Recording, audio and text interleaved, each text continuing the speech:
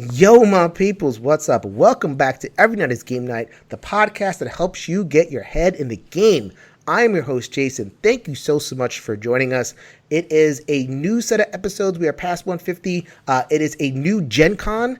We are beginning our 2019 set of reviews. We have a pile of games for your faces. Oh my goodness, we have so many games to review. We are kicking it off, though, with a returning couple of guests. I am very, very happy to be joined by my friends over at the One Stop Coop Shop.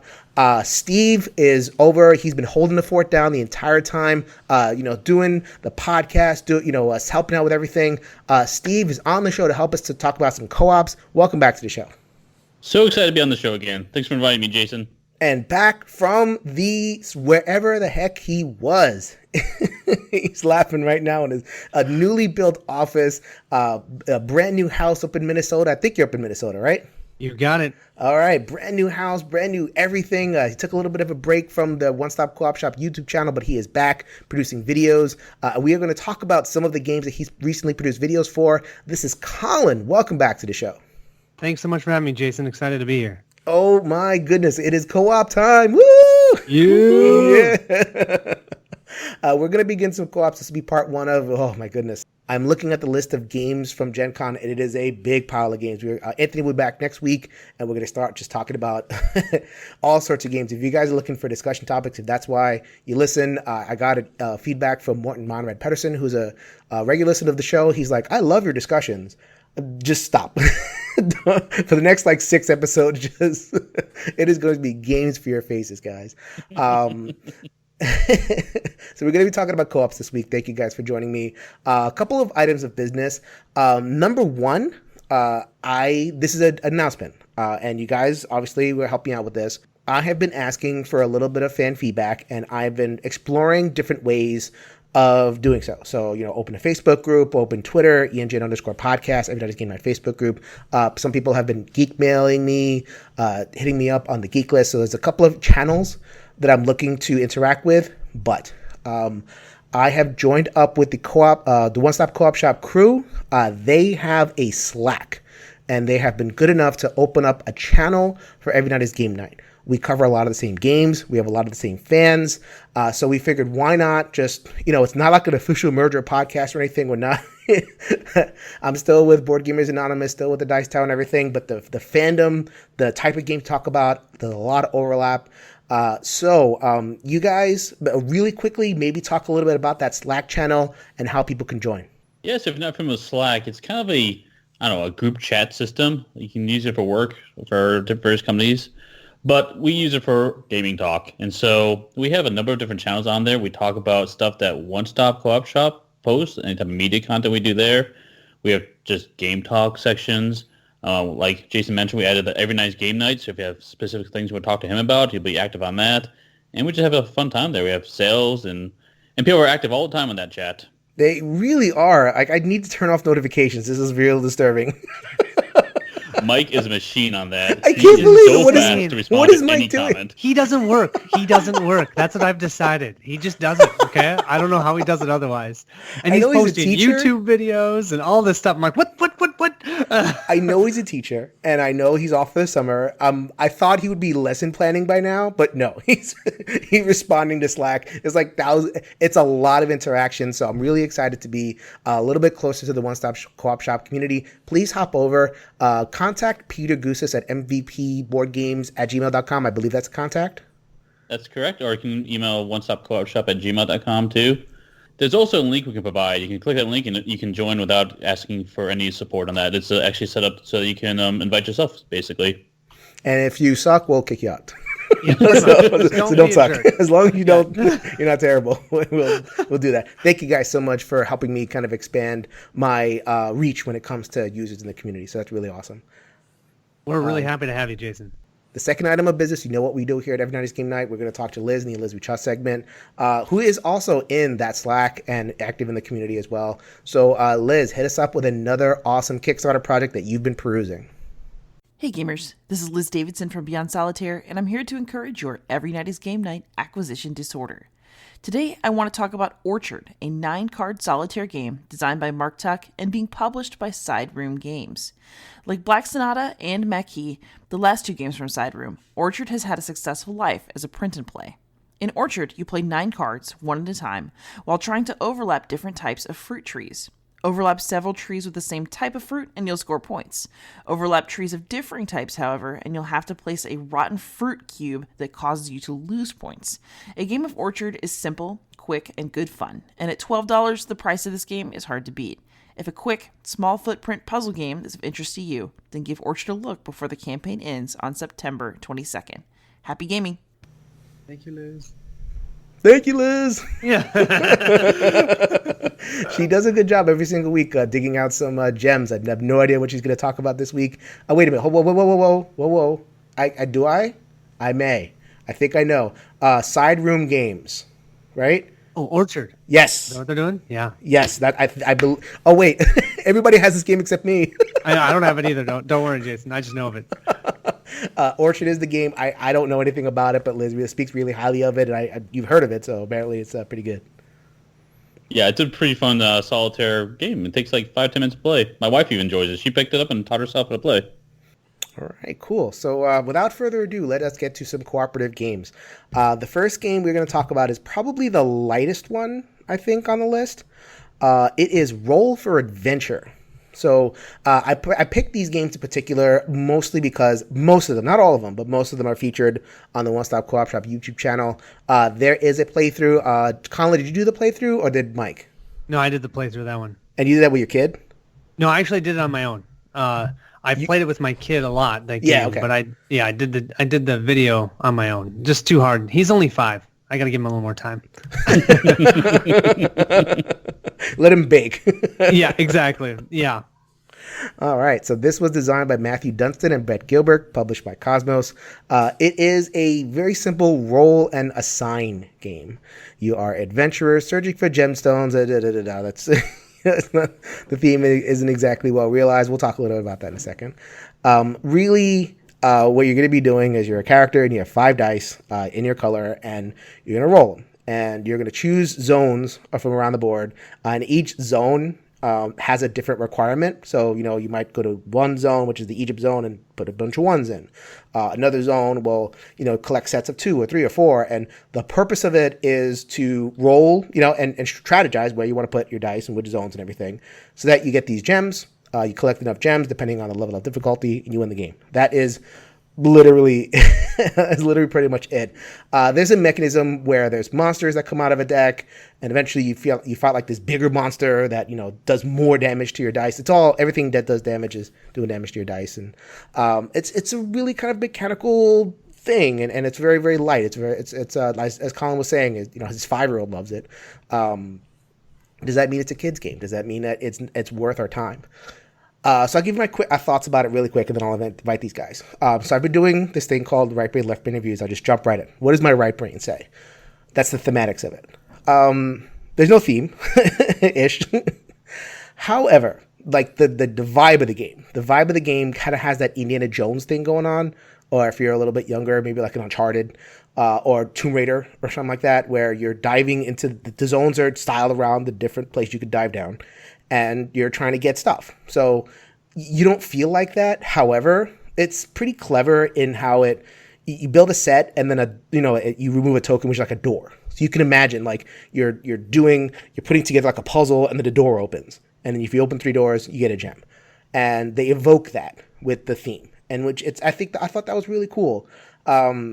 So I imagine that's part of why your kid kind of resonated with the game, was like that, just that simple little, like the ambiance of the game. Even if it isn't a thematic game, it had good ambiance. You've got it. I mean, one of his favorite things was going into the forest, because every time you do the forest, you unlock a certain spot, you get a gem, but then you have to go deeper into the forest to get to the next gem. And you're like, oh, Dad, I want to go to that next one. And so we'd get to that next one, and then we'd have to go deeper to get to the third one. And so he could totally understand what was going on with that simple mechanic, that, oh, we're delving deeper into the forest. Yeah, and deeper equals, you 5 6s opens one of the gems. And now you need 6 6s, and now you need 7 6s, and now you need 8 6s. And you do it over multiple rounds, so it's not like you have to do it all in one shot. You only have like 5 or 6 dice, depending on player count. You do it over multiple rounds, and that's where the cooperation comes in. So you put a couple of dice there. I don't want you to not have dice. That's a lose condition if somebody starts a turn without any dice. So if some dice are locked in there, then it's up to your buddy to say, oh, I got to roll some 6s and, unlock your dice and, finish the forest, so to speak, which is cool. I thought that was really cool. So that gets to my, what does the left brain think? The cooperation. I love the cooperation. It's so simple. It's so fun. The choices, do I unlock my friend's dice because they're halfway through the forest and a little bit lost, or there's a monster that's kind of attacking, and whenever, they're variable attacks, so they're attacking my dice, so I have to take care of it, so I have this 6, and what do I do? Wow. Wow. I don't know about you, Colin, but even though a 5-year-old basically could engage with it, I found it kind of satisfying even as an adult. 100%. I really enjoyed the challenge of, okay, I have these dice, right? So you're just going to roll them. You don't have to even worry about what you're going to do until you roll the dice. And then you have your tactical decisions. Oh, do I use those 6s to kill the enemies? Or do I go and place them here to start filling out the 1s? Or you know what? Everyone's dice is stuck in the void. So I have to go to the resurrection area to get them back. But then my turn's done. Do I really want to do that now, or should I wait till later? There's just all these very small choices that adds up to a really enjoyable experience. I really dug it. I played it once at a demo event, and I was like, all right, where is it? I'm buying it. Eventually, I'm going to track a copy down. It's funny with these GenCon games. Some of them are out, some of them are not out, or they're released a little bit, and it's a little bit weird. But this should be available. If it's not available right now, it should be available very, very soon. Steve, I'm assuming by your silence you have not partaken in Roll for Adventure? No, I actually have. This is one that we were at GenCon. Jump in.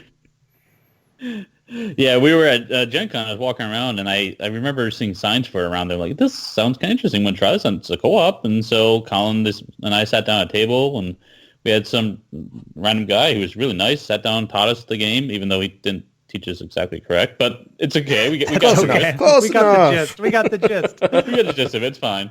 But, the one thing that I particularly like about it is the fact that you don't have to be good at dice rolling to play this game or be good at it, because as other people who know me can attest, I have really, really bad dice rolls. So, it's more about, how do you utilize the rolls you have as opposed to rolling high in this game. That's why I really appreciate that one. That's a really, really good point. You could roll 5 1s, which is normally a disaster, but in this game, it's actually fabulous because of that one area where you can put a bunch of 1s in and get a lot done, which is really cool. So and the other part that I think is really cool too is if you are playing with adults, they have ways of making it more challenging. You've got the phantoms, you've got giants, you've got dragons. You can put those in there, and they also do different things, which also gives you more challenges and more things to overcome. So in my playthrough, I actually play with the phantoms and the dragons, and I find that to be a nice experience even for adults. So if you're looking more at a kids game or family game, you can keep those out. But then you can put them in if you're playing it with a larger family or somewhat older kids, and they'll still really enjoy it. I don't have a lot of bad things to say about this game. I really don't. I mean, this is a review show, and this isn't advertising, So I think some people kind of expect a critical. I don't have one. This game is what it is. You either like dice games or you don't. It's pure dice. So I know Steve was saying that you could do a lot with your dice, but there's still luck. I mean, you might get stuck. You might need a number and just not get it. And you don't have a lot of resources to mitigate. There's not a lot of mitigation in this game, not a lot of re-rolling and setting your dice. And if people like that, if people wanted that crunchier kind of one-deck dungeon-y type thing, you're not going to get it here. This game is what it is. But in terms of what Colin and I and Steve want, that kind of variable, play it with families, play it at the end of a night, play it at 11:30 o'clock when you're about to fall asleep, just bang at a solo game of this game, I can definitely highly recommend Roll for Adventure. I assume you guys are on the same page with me. Absolutely. I agree completely. I feel like this one is one that's easy to overlook, especially with the premise around it, with dice rolling and kind of a weird theme pasted on, but it's a solid game for what it is, honestly. All right, I am tired of talking. I'm going to hand it over to either of you. Colin and Steve can pick this up. The next game we're going to talk about is Legendary GoldenEye, of which there is a playthrough on the One Stop Coop Shop as we speak. Yeah, so why don't I jump in at first? So this is Legendary, a James Bond deck building game. It's in the same genre as Legendary Marvel. So you're going to have, you can play 1 to 4 players. You'll have a mastermind. You can play through the 4 basic 007 movies, and they actually have each player will choose a specific Bond to play, and then you have... So when you say 4, because there's 25. So oh yeah. There's only 4 in the box. You might get pushback on identifying any one of them as the basic. So which movies are we talking specifically? Oh yeah, I can look. I mean, it's GoldenEye, The Man with the Golden Gun, Casino Royale, and some classic ones. Yeah, the last one. Yeah. What's the last one? Oh man, what is the last one? Isn't that the one I did on the channel too? Whatever. I can never remember the names. But you can choose then. They have 5. Is that right? 5? I think it's 5 of the Bonds that you can play as. And they actually all have 4 different choices as a unique card that you can put into your deck, which makes you feel a little bit unique when you start, which is nice. But this is Legendary, similar to Marvel, where there's the mastermind. There's no cards coming into the play area face down, and you have to scan it like you have for Legendary Encounters. Cards will come face up. You can technically play it cooperatively or semi-co-op, but this actually, they explain the rules, everything in full co-op, which is cool. There are actually a lot of ways to cooperate because a lot of cards will have things where they'll say, as many players as you want can draw extra cards. You can choose, and when you're playing cooperatively, you choose everybody. But yeah, it's still that Legendary system where, hey, I'm going to draw my 6 cards. I've got attack. I've got recruit. You're going to be using them for different things. The recruit is for purchasing cards. Attacks is for attacking the enemies that are in the agenda. I can't remember what it's called in this one. On assignment. That's what it's called, on assignment area. But then the fun part is there's missions now. So you'll have certain missions, and these missions make you do crazy things. I've actually had one mission where you have to flick the card in the air, and if it lands face up, you succeed. But if it lands face down, then you fail. Like legit, like a coin flip, right? In the middle of the game. Coin flip with a freaking card. Yeah. Or in Casino Royale, you actually do a little bit of poker, but instead of doing it with regular cards, you do it with the cards in your hand, and you're looking at the numbers on them.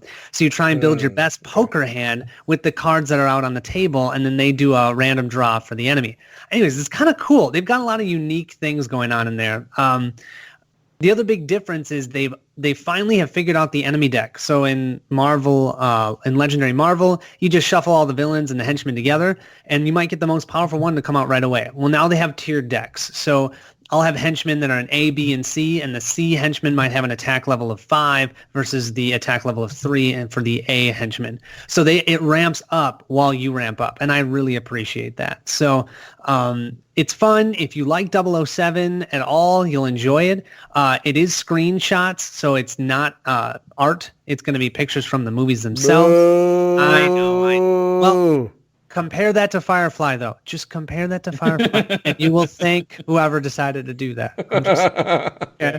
Fair enough. Is this game different enough from the basic Legendary? I cannot stand Legendary. It's kind of a cross between the encounter systems and the Legendary system, to be honest. It's not quite encounters, and it's not quite Legendary either.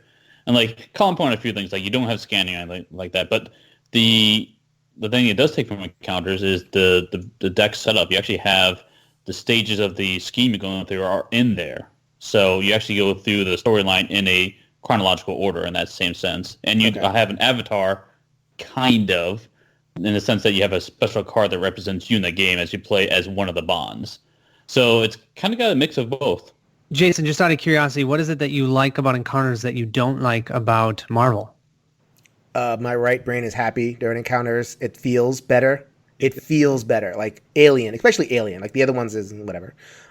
Alien is great. It feels great to have the monsters kind of pop out, and it does more on that end. I think Marvel Legendary, just Marvel, is a mess. I think it's a terrible setup and teardown. I think you could lose in the second turn just when some random 7-point thing comes out and you're sitting there with your dinky little starter cards and you go, oh my God. I've never had a good experience with Legendary. Maybe I need to be shown the light or something with some of these more advanced decks, but it's just... Sorry. No, totally get it. I sold Marvel Legendary for that exact reason. So I'm on the opposite spectrum. I have all Marvel Legendary, basically. My wife and I play it all the time. Good Lord. Good Lord. Okay, so, I mean, this offers a little bit different enough, and if you like Bond, then check it out. I guess that's the recommendation. Pretty much. If you like the theme, I'd go for it. If you don't like the theme, it's not going to be worth it. It's not different enough, I think, to warrant a purchase. Okay. I agree. All right, so that was Legendary. I called it GoldenEye. That is not correct. Legendary 007.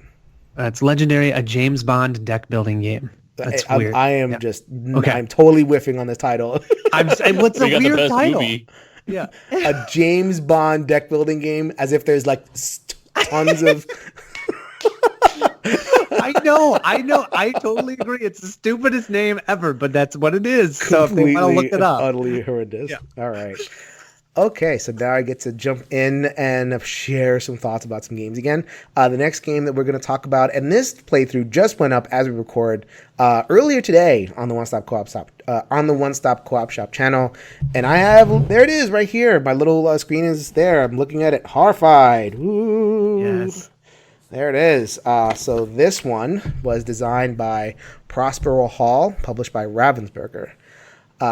In this game, you are just a normal person. Like you're like a mayor, or what are some of the other roles, like the seamstress, the archaeologist, or something like that. Yep, you've got it. Oh man, that little boy, I can't remember what his name is. The point being, you're basically a normal person, and you're in a town, but it's infested by monsters. It's infested by like Dracula, the Mummy, the creature from the Black Lagoon, and depending on how many monsters you want in there, and like it's not like scary. It's more like the Munsters version of the monsters, Frankenstein, the Bride, and everything. It's very camp. It's very very, very kid friendly. Again, in that that roll for adventure way, where it's like you can have this game with kids, but it is trying to deliver an experience for adults as well. So, Horrified is a pure cooperative game where each player, you're going to have a little unique power. So the archaeologist and all these other people have unique powers. You're going to have point-to-point movement across the board, and they're going to take however many actions in a turn.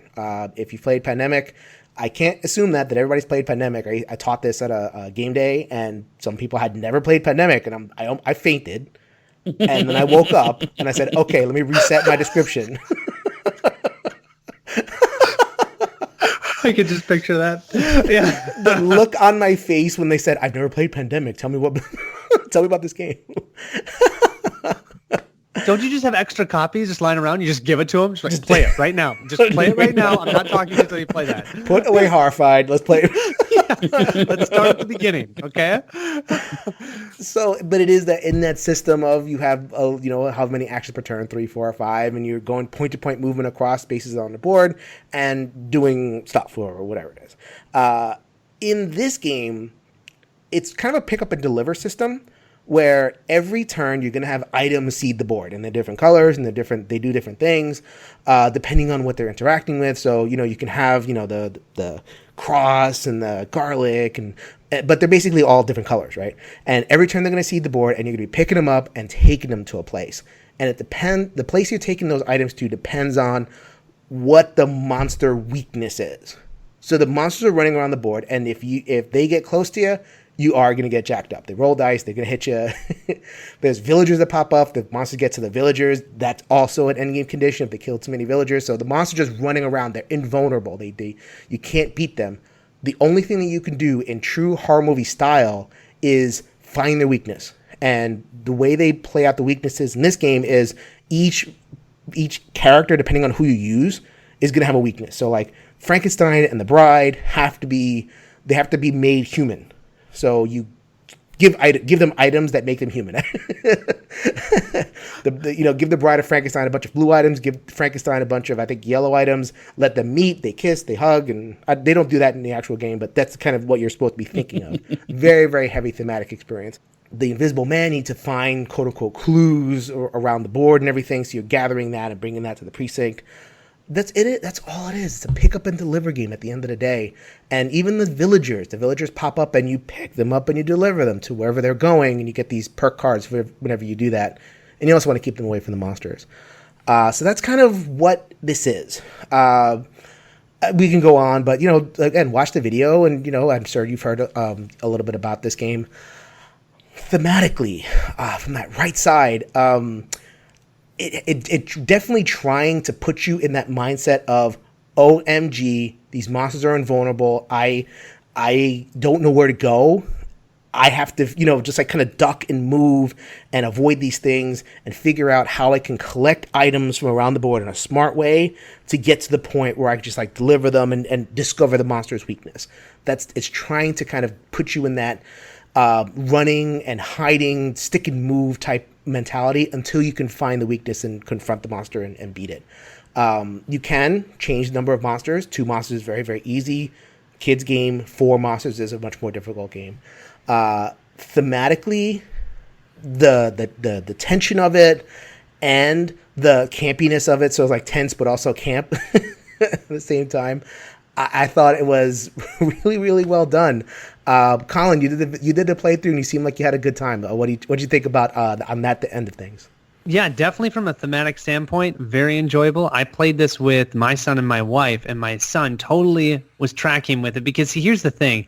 You will only have 1 life, right? So if one of those monsters get into your spot, they're usually rolling 2 or 3 dice, and 1 hit, you're done, unless you have items that you can discard. And so he never wanted to go by the monsters. He's always trying to hide in little corners. Like, Dad, I'm going to the dungeon. I'm like, but there's nothing there. He's like, yeah, but then Mr. Frankenstein won't get me. I'm like, okay. And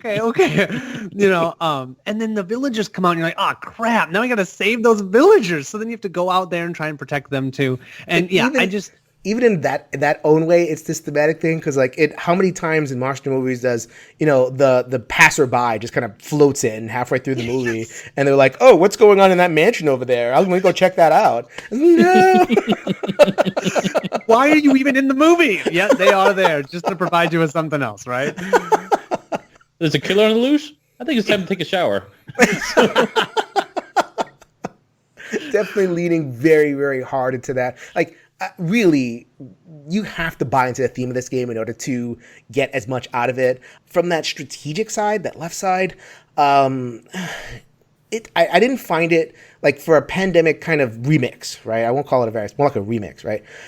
It isn't as tight as a normal pandemic game. Like pandemic games, they seem to be designed to be one on the last turn and provide this kind of cadence to it. And this game is a little bit way more kind of open-ended, I found.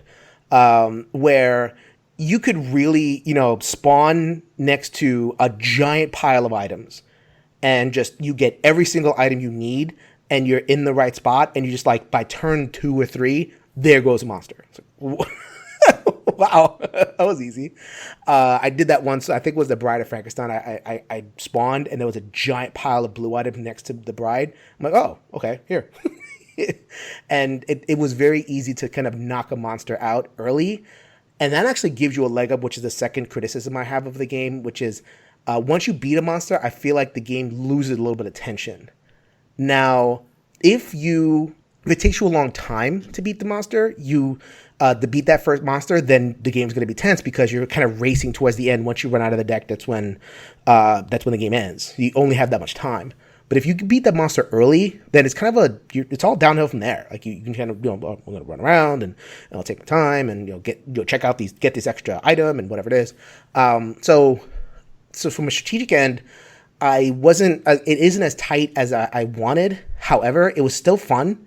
It still had the essential elements of what makes a co-op game good. So I'm going to say it's good. And then the theme makes this game great. So, Steve, I'm sorry, I jumped in on you. You've played this game, right? I have not played this one. No. Yeah, it's just me on this one. So there we go. What I was going to say on this is a couple things. One is that I do feel like this game's actually better with more players because it's more challenging. If you play with 2 characters, it's a lot easier to just dodge the monsters. And there's items are a lot easier to get, honestly, having the right people get them. With more characters, I find the game more challenging. So I've always played with at least 3, sometimes even 4, and I find that the difficulty is just about right. And don't forget that when you have less monsters, you will have one monster activate more often. So although it does make the game easier by having less monsters, they have this frenzy where an enemy will, whenever there's a frenzy icon, it'll activate even if it's already activated one time. That really helps keep that ramp up at the end of the game. I get what you're saying. I disagree because it doesn't improve its movement.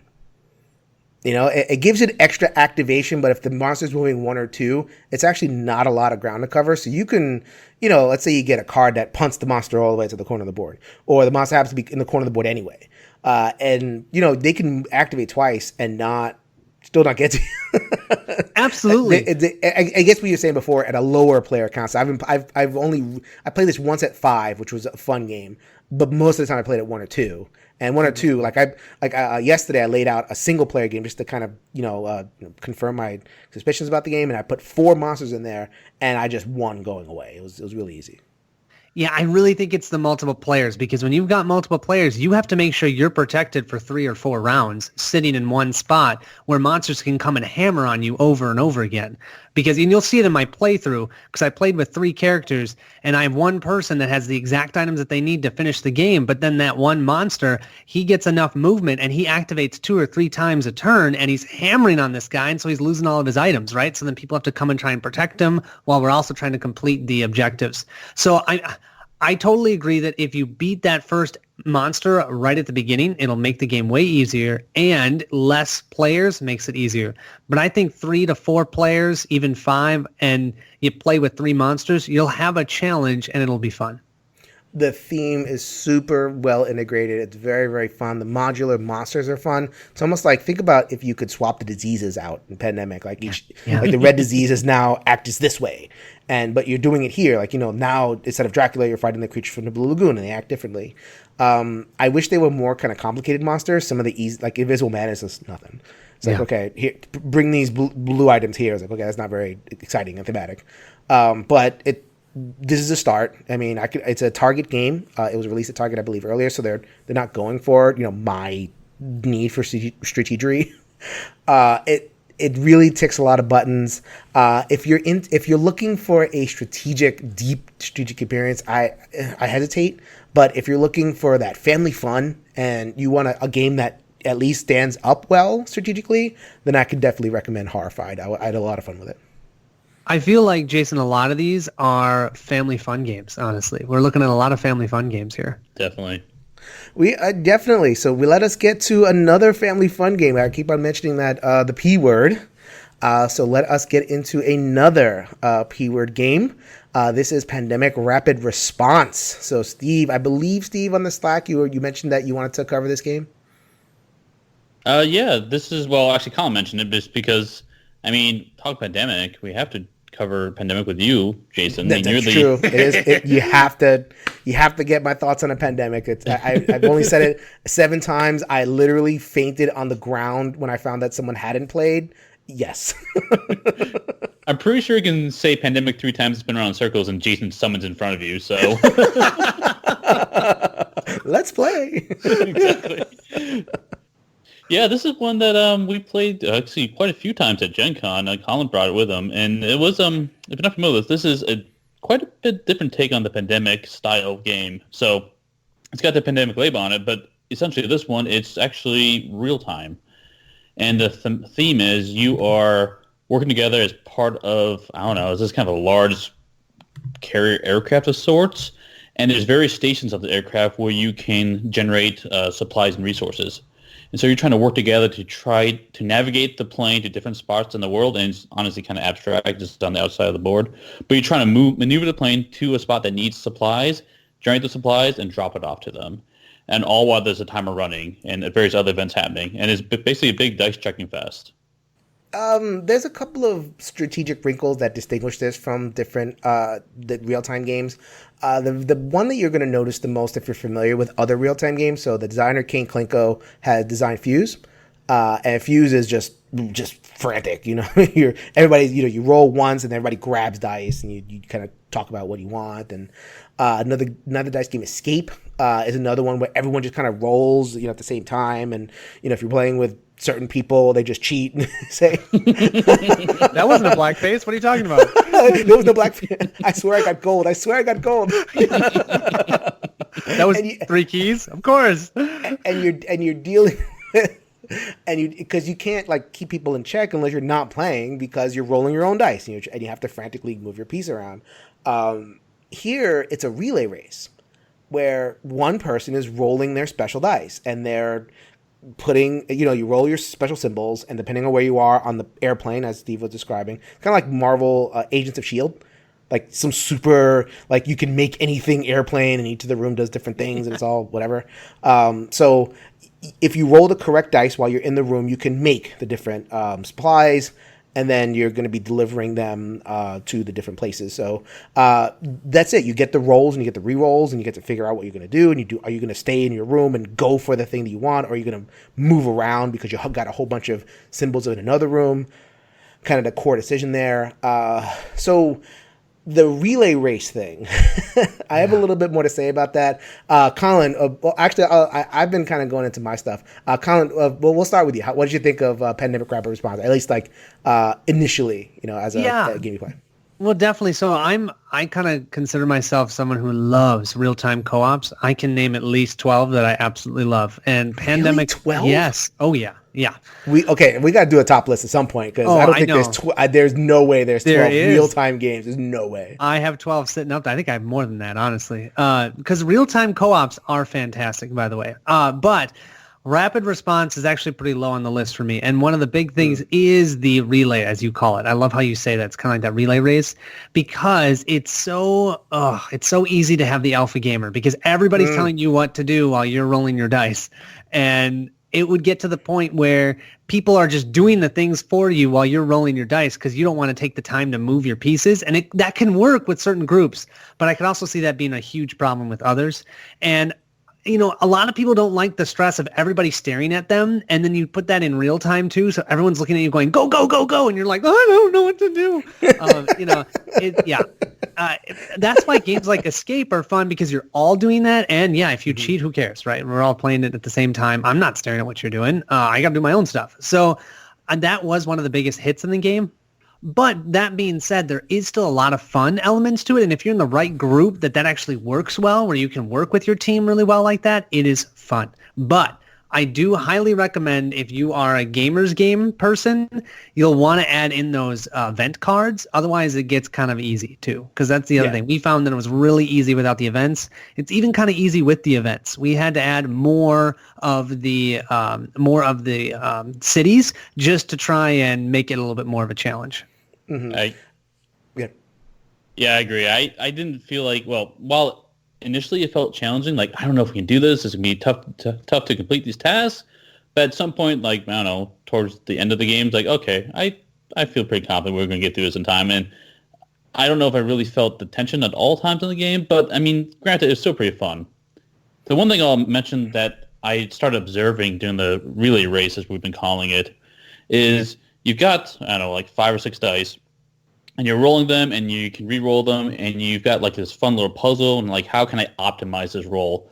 What I started noticing is, because at some point when you're done allocating your dice, you can say go, and the next person goes, because it's a relay race.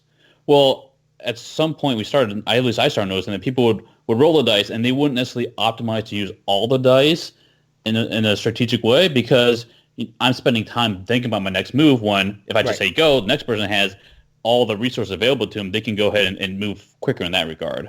So it kind of took away from that a little bit in that sense. But, it was fun games, nevertheless. So this is the strategic part. I definitely agree with everything that you guys are saying in terms of the alpha player. Alpha player is a gamer problem. I'll argue that until the end of it. But I don't think I've ever seen a co-op where it almost seems to encourage. It's please tell me what to do. Because I can't do it in real time, It's a gamer problem, but when you're actually inviting it with some of the mechanics, it can be a little bit of a problem. Yes, here's the sigh.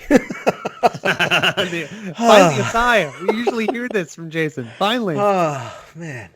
Okay, so this is the thematics. it's a pandemic game, and pandemic games, pandemic-based pandemic does not have a lot of theme. It's just so smooth and exciting, and the sheen of it is very cool. But to me, like I get into I am a heroic person saving the world. I'm going to Jerusalem and I'm spreading. I'm giving cleansing water to like Jesus. Like like I'm doing the Jesus walk when I'm the medic and cleaning out disease in Jerusalem. And there's all sorts of like ways that I can just kind of like put in my stuff and have a lot of fun with it.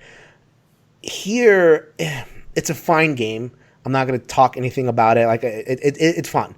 And if you're sick of Escape, and if you don't like the way Escape or Fuse or some of these other games are structured, and you want that kind of more turn by turn real time, that's that it's worth a look. Is it a good pandemic game? I mean, I just feel like, and I have to assess it that way because it has the name. Sorry, like if it was just rapid response, then that would be a different review than pandemic rapid response. As a pandemic fan.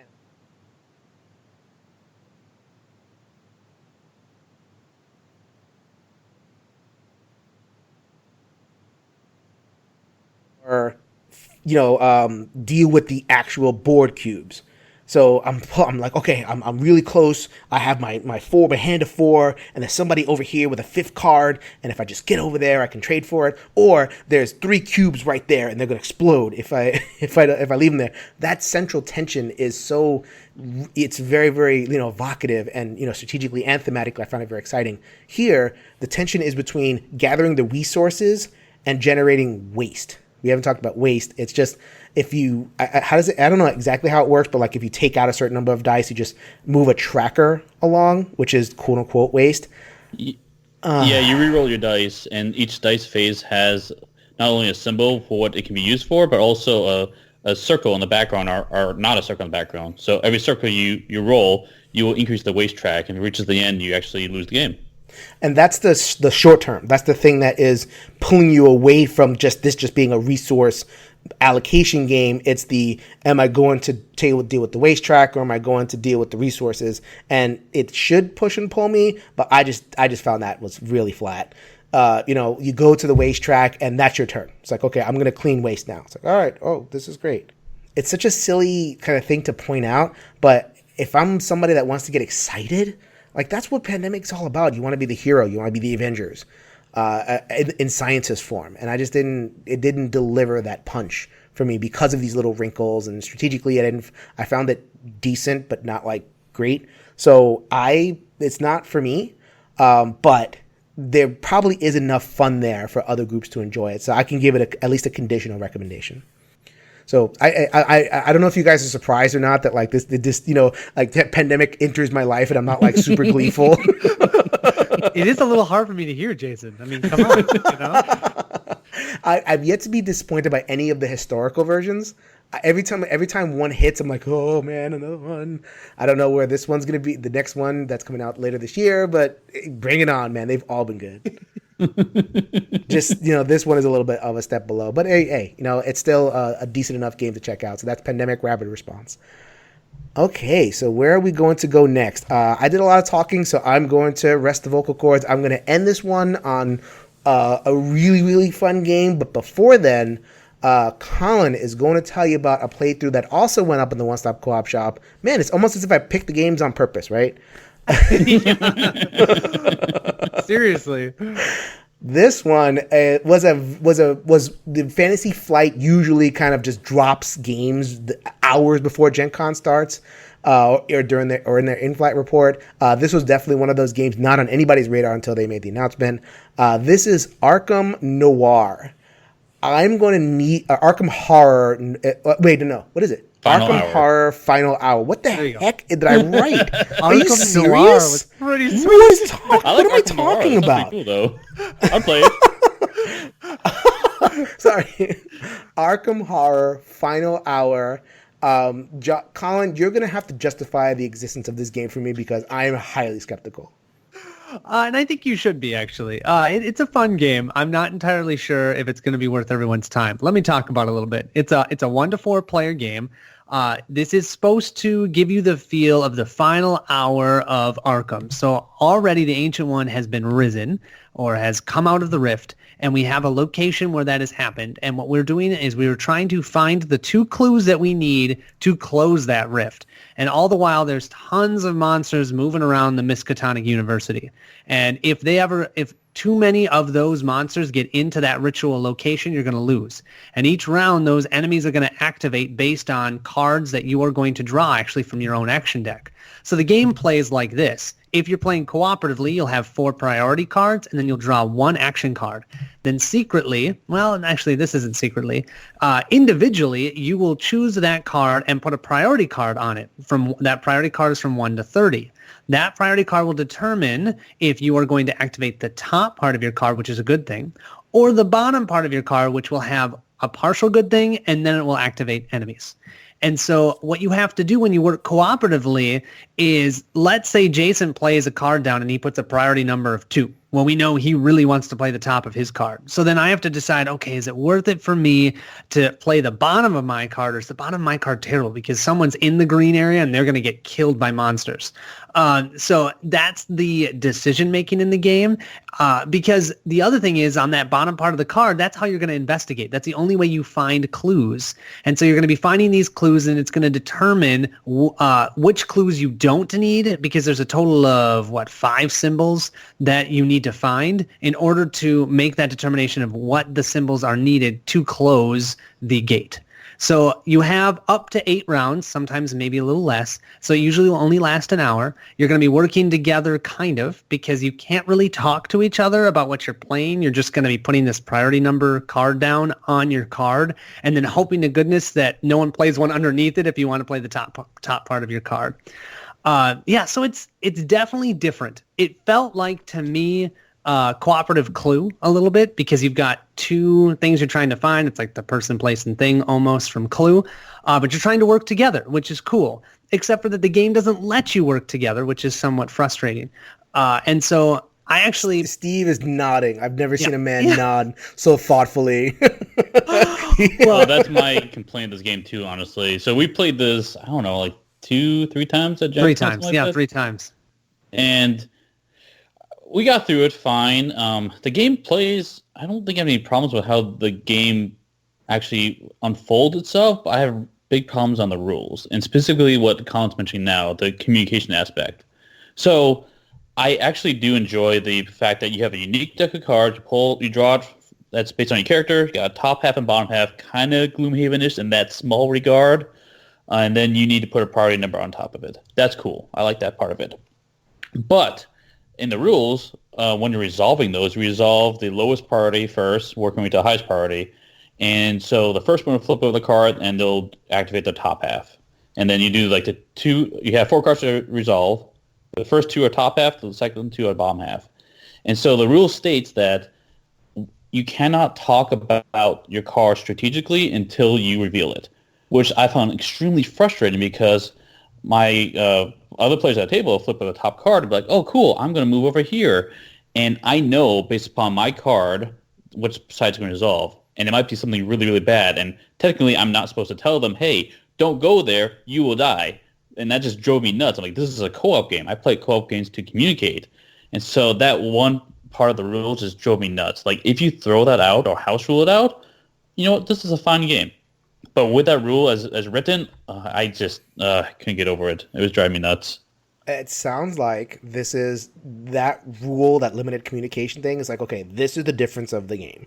And some people are into that. Some people find that really frustrating. I get that. Without that, what is this game? It's kind of a weird thing to describe. It almost feels like, I agree a little bit with Colin's Clue. I get the feeling of like, almost like a pandemic-ish with how the monsters move around. Exactly. What this game is every other cooperative game. Exactly. Without that, all of them, every single one of them. Just conglomerated together in an Arkham universe that it's not even great, because you don't even feel the theme. I'll say this, that most of the time when we were playing it, what I remember, and this has got to say something, what I remember from playing this at Gen Con was moving the monsters. Because I would have to move the monsters, and there's 5 locations, and they all do different things, and so you're spending 10 minutes to move the monsters. Then you're spending 1 minute doing your card, and 10 more minutes moving the monsters again. So I don't know. it was fun, but I don't think that it's warranted a purchase unless you really are into the Arkham theme and you like the idea of trying to do some sort of cooperative clue where you're trying to find the answers to a riddle that are challenging to find. I don't know. The other thing I mentioned about the monster movement, I found it a little weird, and it's actually in the rulebook, that the monsters, they follow this track, right, that loops, that can potentially loop around, and they basically move until they find an open spot. It's completely possible that there will be no open spots, and they will be in a infinite loop. And there's rules for that. They just jump to the site where the summons is happening, so it's bad. But the fact that it can have an infinite loop, and you're literally resolving this until you come back to where you started, it just takes a long time to realize, oh yeah, now I've got this infinite loop. I know what I need to do now. But you've got tons of, I'm trying to say, maybe 6 different locations to jump through till you figure it out. That was kind of annoying. Yeah, monster goes to here, then it goes to here, then it goes to here, then it goes to here. Oh wait, now I can't go there, so now it's got to go over here. Yeah, it's just, that's what I'm saying, is you spend so much time not playing the game. To me, that's the negative. I'm not surprised that they just dumping out Arkham all over the place. This one does not. I was watching your video, Colin, and I'm listening to you, and I'm thinking There's the second side. All right, 2 sides. That's accurate. 2. Condom is 2. Well, no, seriously. Right. You watch my playthrough. It's and this monster moves here, and then this monster moves here, and then this monster moves here.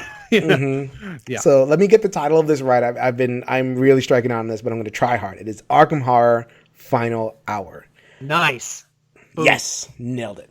Okay, so we have come to the end. That was 5 co-ops, and I've saved the most exciting for me. I don't know if you guys had a chance to play it. I think you guys said no. No, I wish. Okay, we're going to end on a high note. This game is Quirky Circuits, designed by Nikki Valens, published by Plaid Hat Games. So when the announcement was first made that this game was coming out, I'm looking at it going, okay, programming game. There's some games that do programming really well. Obviously, Max vs. Minions really stands out in that respect. There's a couple others that are okay. Most of them are not that great. You'd have to try really hard to make programming work. So I didn't really register it, so I didn't pick it up. And I don't think it's available right now. I think you have to kind of wait a little bit for a wider release. Okay, so, however, then I look at the theme. My tingly thematic right side of my brain looked at it and went, "You're playing a Roomba." You're playing a Roomba. Oh, yes. I hate all Roombas. I really do. They're annoying. They get under my feet. You don't know where they're popping up. They fight with the dogs. But that's me. If I'm playing a Roomba and I could just imagine from the Roomba's perspective, they're just having a great time and going all over the place and causing chaos. In this game, you're playing the Roomba. You're trying to, okay. I'll take a step back. You're progressing through this kind of the modular mission. There's 20 of them. There's a lot of missions. And you have different missions for different, you're trying to accomplish different things. So the very first mission, very easy. You're swooping up some dust bunnies. And you're trying to guide a Roomba to pick up all the dust bunnies. Great. Easy. So then the second one, you have to, steer around a bunch of tables, and the tables have china on them. And then if you knock over the china, then you have to zoom the Roomba over the china that you broke and sweep that up. So it's very, very cute. I was just so happy with the immersion of the game of in terms of what you're doing. Cartoony, the minis are cute, all that good stuff. How are you controlling this Roomba? It's programming, but it's like the mind programming. What does that mean? Everybody has cards, and you're playing them face down into a tableau, like a programming line. And so you're playing your card, and you select, okay, you can move forward 1, or move forward 2, or move left, move right.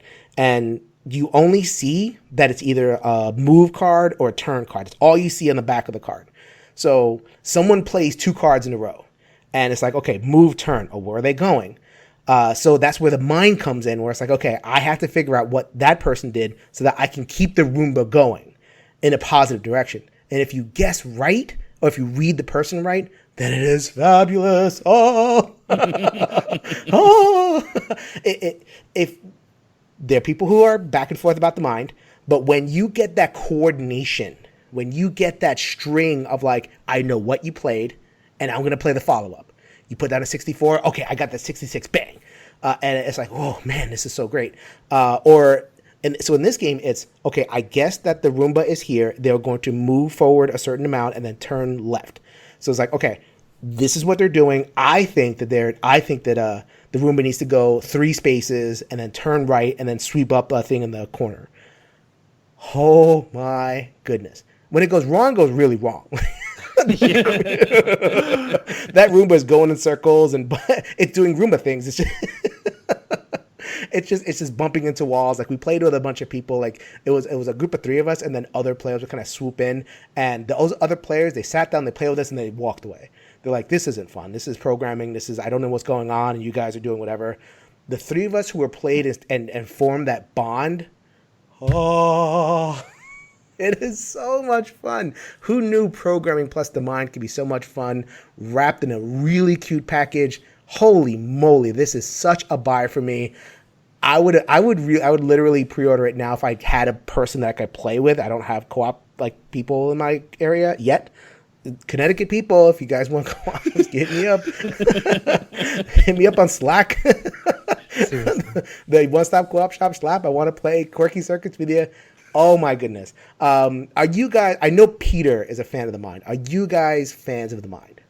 So we had not played it. We were not fans of the mind until we played it at GenCon with Peter. And then we had a blast. And now I've played it with 4 different groups here in Minnesota, and it has been so much fun every time. So I'm totally tracking with what you're saying. When you play that 64 and then someone plays that 66, you're like, yes! Totally. And then someone plays a 72. Yes. It's like, oh my God. Oh. You play, oh, thank goodness that person played a 72. Because I got a 74 right there. Yeah, exactly. And so it's like this boom, boom. And so just thinking of that in programming I just got goosebumps. I'm so excited. That sounds amazing. It is so good. Yeah. That sounds amazing. I love it. My whole brain is happy. It actually, like, the theme matters. Like, this wouldn't work in like different other areas. Like, there's an earlier game a couple of years ago that came out called Bomb Squad, right? And there was programming. It had too much going on. Like, it had programming, and it was Hanabi, so the cards were like, facing out, so you're like picking other people's cards and putting in the programming row. And it also had a sand timer, so it's like you're doing it frantically.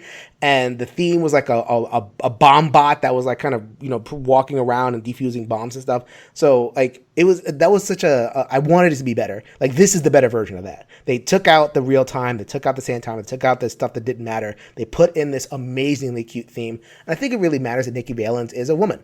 Not a lot of guys making games about Roombas. It's just not happening. And I need that is something I really want to point out is like, yes. And Platt Hat really delivered on the production. It is, I want to play right now. I want to play right this minute. The more I talk about it, I had rated it an 8 out of 10. And the more I talk about it, I'm like, okay, let me change it to a 9. I'll say I actually, after you talked about it, Jason, I already had pre-ordered it, so I have it coming. It should be here. There you go. So I'm excited. Are you a programming person, Steve? I do enjoy programming. I think it's pretty fun. In fact, I'm playing Robot Turtles with my son right now, and I'm glad that he's picking up on it. So I'm hopeful we'll have another programming person in the house in the future. Yes. Mm-hmm. And just like combining it with the mind like that, combining it, reading what the other person is and has, and as the game develops, we only played like the first couple of missions we had to kind of end.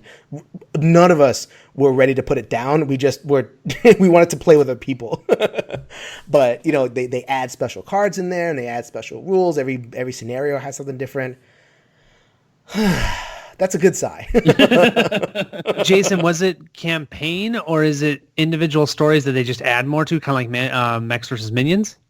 Yeah, it's individual stories that you add some. You don't have to play the campaign in order. You should, just because you'll learn the game better that way, and you'll enjoy it more. And there is, I think there was the first 3 missions were like clean this room, avoid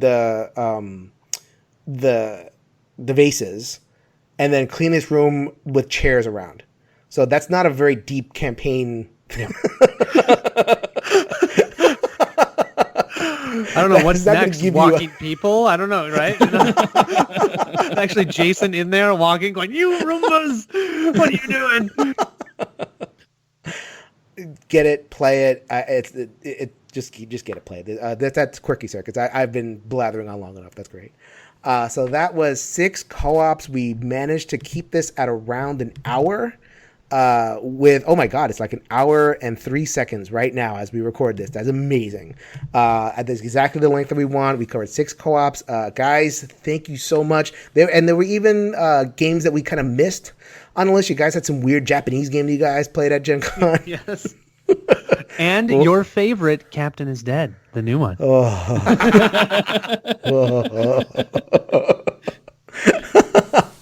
And we actually have more co-ops coming on Every 90s Game Night. We're going to keep on going with our Gen Con wrap-up episodes. Anthony will be back next week. And if you want to get me, if you want to talk to me, like I said at the beginning, we'll reiterate it again. You'll be able to talk to me, Colin, Steve, Elijah, Peter, and Mike, and a whole lot of people. There's some people from the One Player Guild in that Slack. There's some people that are, coming over from Facebook and different places.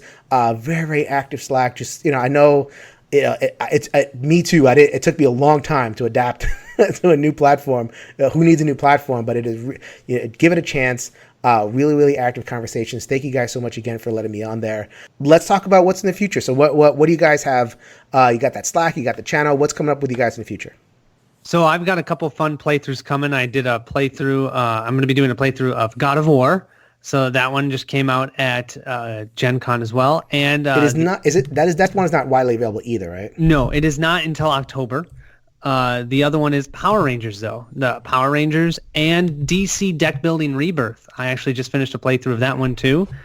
Well, this weekend we are posting our 100th episode, so we're pretty excited about that. And we did a bracket, which is kind of fun. So we took the top 32 co-op games according to BGG. And we had all 5 of us, Colin included, do a discussion and ranking of that. So if you guys mosey over there, it'd be fun to listen to that. All right, and they just had a finished up a contest. Give it $50 for another game. There's a lot going on over there, but I have not left Board Gamers Anonymous. Like I said, Anthony will be back next week, and you can still find our content on BoardGamersAnonymous.com, EveryNight'sGameNight.com. They go to the same place. Again, nothing's going to change. It's just more. We're just adding more to the podcast, so we're really looking forward to that. So, gentlemen, thank you so much. Can't wait to do this again. Always a pleasure, Jason. Thanks so much. Thank you, Jason.